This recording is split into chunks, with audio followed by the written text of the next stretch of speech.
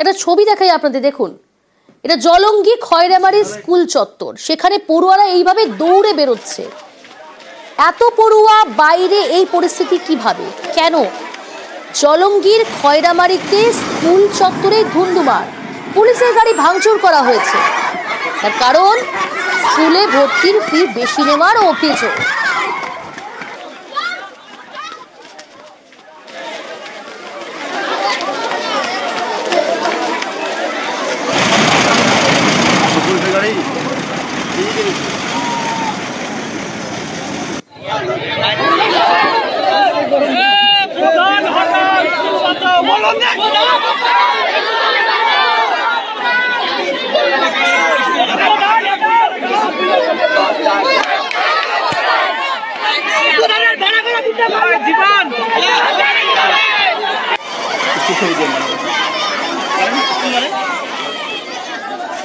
Telephone লাইনে রয়েছে প্রতিনিধি প্রণব। প্রণব, এই পরিস্থিতি তৈরি হলো কেন?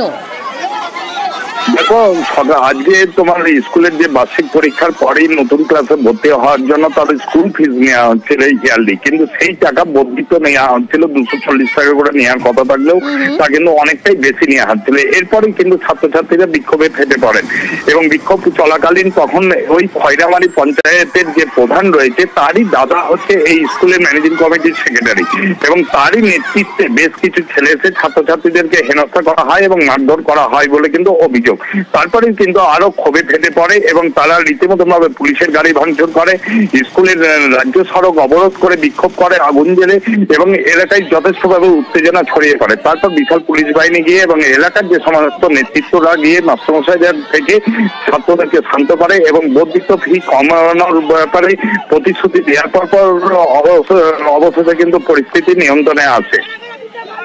বেশ।